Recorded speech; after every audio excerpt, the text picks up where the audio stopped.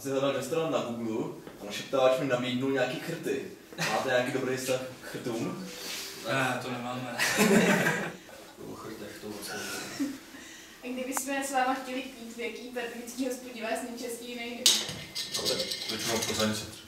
ale je povolenější. Bravo. Vy hrajete po celé republice, jsem koukal Liberec, Třinec, Mikulovice třeba. Platí vám cestáky nebo jste v mínusu? No, většinou to je tak jako, že na 8 koncertů jeden cesták, no. A jako těžce na tom vyděláváme jako každý tady, že jo. Stalo se vám, že po vás někdy někdo něco hodil na pódium? Tak hlavně kalhotky lítají, A no. dlažební kostky A taky? hlavně od chlapů Pivo? teda, no. Jako, hlavně chlapy házejí kalhotky, no. Tupatýho, to bylo Němce, ty vole. Ale jako musíš se s tím srovnat a jít dál prostě, no. Potom to je, nesmíš se s tím nechat vykolit prostě. Ale jak ne?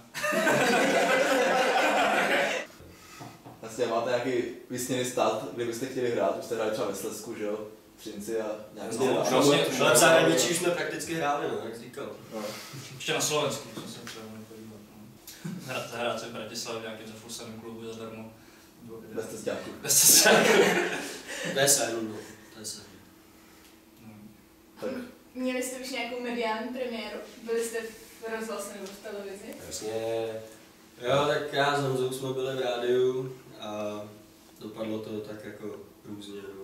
Ale to bylo vlastně před 2 rokama, když jsme začínali vlastně se prezentovat i živě, tak jsme byli v jednom takovém internetovém rádiu, no. A teďka tady ve slavné televizi.